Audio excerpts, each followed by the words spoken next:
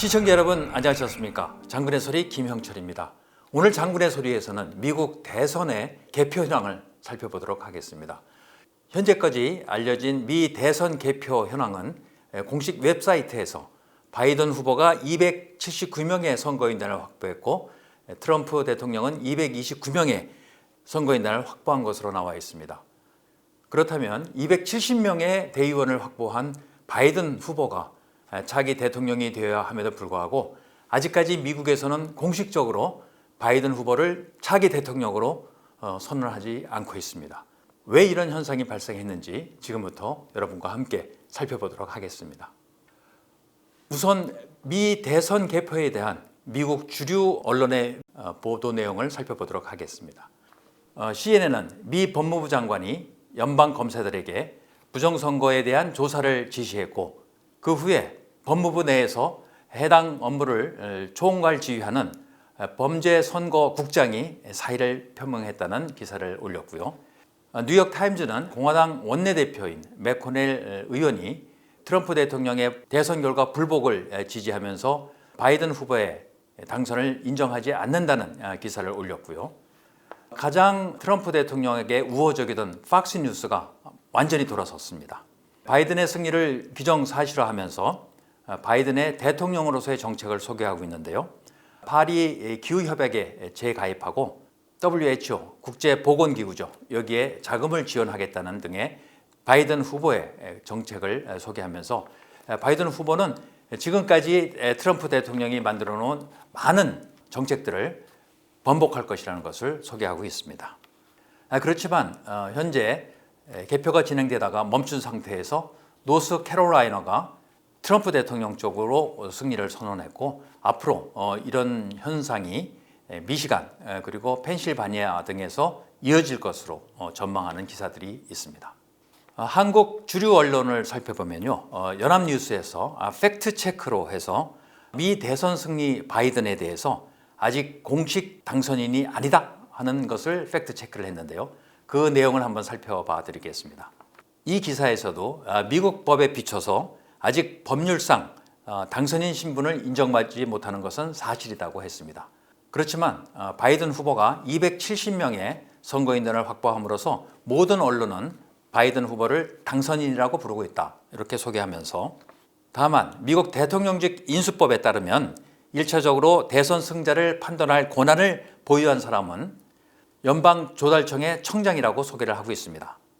보통 개표가 끝나면서 당선인 윤곽이 드러나면 하루 이내에 연방조달청장이 당선인을 인정하고 인수위를 지원할 수 있는 그런 법적인 사항을 알려주는 것이 보통이었다고 하면서 아직까지 연방조달청장이 바이든 측에 이러한 편의를 제공하지 않고 있다고 지적하고 있습니다.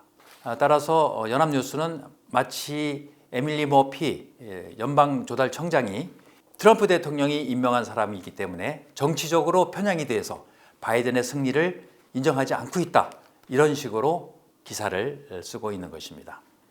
또 다른 언론들을 살펴보면요. 조선일보는 국방장관 해고는 시작일 뿐 백악관 공포의 70이란 제목을 뽑았고요.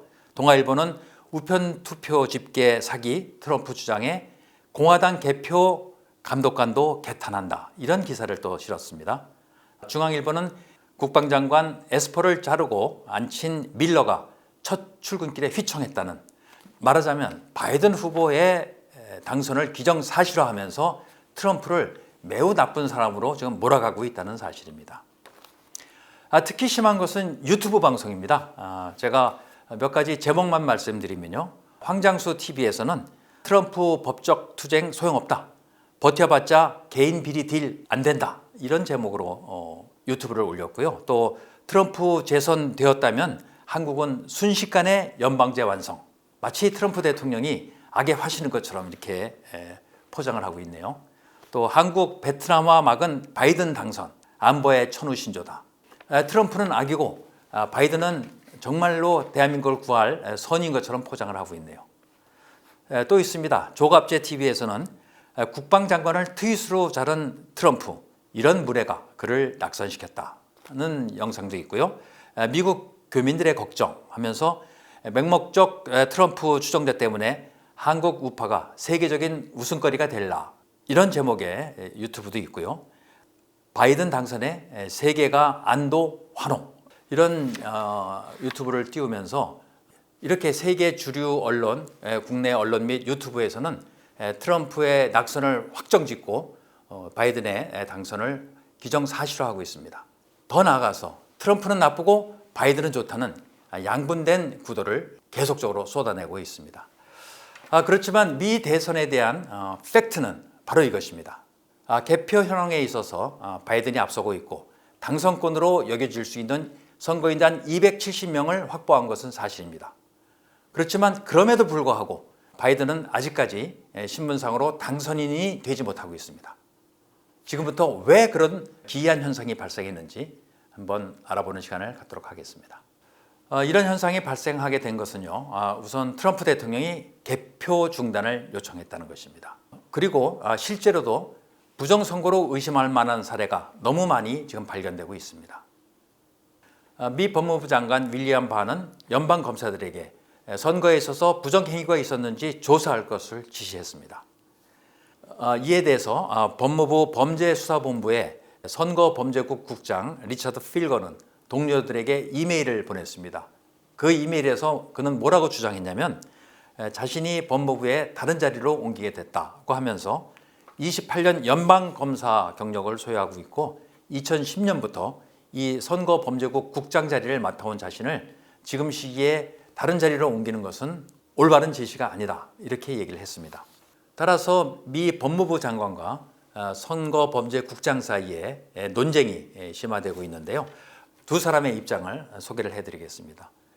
리처드 필거 선거범죄국장은 대선 결과가 확정되기 전에 하달된 법무부 장관의 이러한 지시는 40년간 지켜온 부정선거 조사 원칙, 즉 선거에 개입하지 않는다는 원칙을 허무는 것이라고 강력 비판하면서 선거범죄국장 자리를 사임했습니다. 이에 대해서 윌리엄 바 법무부 장관은 그의 지시는 지금까지의 법무부 관행에는 어긋나는 것이 분명하다고 인정을 했습니다. 그러면서 지금까지는 선거 결과가 확정되기 전에는 부정선거에 대한 대규모 수사 또는 명시적인 수사를 하지 않는 것이 관행이었다. 하지만 부정선거 행위가 선거 결과에 영향을 미칠 것이 우려되는 상황에서 수사를 미룬다는 것은 논리적으로 맞지 않다 하면서 그가 이러한 지시를 내리게 된 배경을 설명을 하고 있습니다. 법무부 장관과 범죄수사국장 모두 자신의 주장을 피력하고 있고요. 누가 맞고 누가 틀린 것의 문제가 아니고 어느 관점에서 이 사태를 보느냐의 문제라고 저는 생각을 합니다. 따라서 어느 측면을 강조하느냐에 따라서 판단이 달라질 수 있다는 문제란 것이죠. 실제로 일부 주에서 개표가 중단되고 있고 재검표가 행해지고 있기 때문에 선거 결과가 바뀔 수가 있습니다. 실제로 바뀌고 있는 여러 가지 정황 증거가 나타나고 있습니다. 그리고 향후 각 주에서 선거인단을 선발할 때 갈등이 있을 수 있고요. 이러한 갈등은요, 결국 나중에 연방 대법원이 이 문제를 심리할 수도 있다는 상황으로 발전할 수 있습니다. 그렇다면 이러한 혼미한 미국 대선을 맞이해서 우리는 어떻게 다루어야 할까요? 미국 대선은 현재 미국 내에서 벌어지고 있는 미국민에 의한 정치 행위이며 또 법적 절차가 진행되고 있다는 것을 인식해야 합니다. 그리고 중요한 것은 미국의 다음 대통령이 누구인지 아직 확정되지 않았다는 것입니다.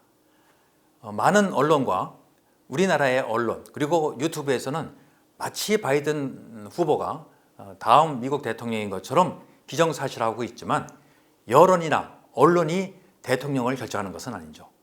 대통령을 결정할 수 있는 것은 오로지 미국 국민들이 투표한 그 투표의 합의입니다. 그리고 그 결과가 미국 대통령을 결정하는 것이죠. 아직 그 결과가 확정되지 않았다는 것을 우리는 깨달아야 합니다. 미 대선 결과는 각 후보 또는 대통령에 대한 호불호의 종합이 아니고 미국 국민들의 선택의 종합입니다. 그리고 그 선택에는 어떠한 부정이나 어떠한 개입이 있어서도 안 된다는 것이죠. 설사 우리 유튜브에서 주장하는 것처럼 트럼프 대통령이 미국의 최악의 대통령이고 우리나라의 최악의 대통령이었다고 치더라도 그것이 선거 결과에 영향을 미쳐서는 안 된다는 것입니다. 자, 우리가 미국 대선으로부터 배워야 될 몇 가지 교훈이 있습니다. 우선 선거에서 이기고자 하는 것은 당연한 인간의 본능입니다. 그리고 그런 욕심이 과해지다 보면 부정선거가 개입될 수도 있다는 것을 우리는 인정을 해야 됩니다. 21세기 대명천지에 부정선거가 어디 있어? 라는 생각은 이제 접어야 되겠습니다. 그것은 대한민국뿐만 아니라 미국에서도 마찬가지라는 것이죠.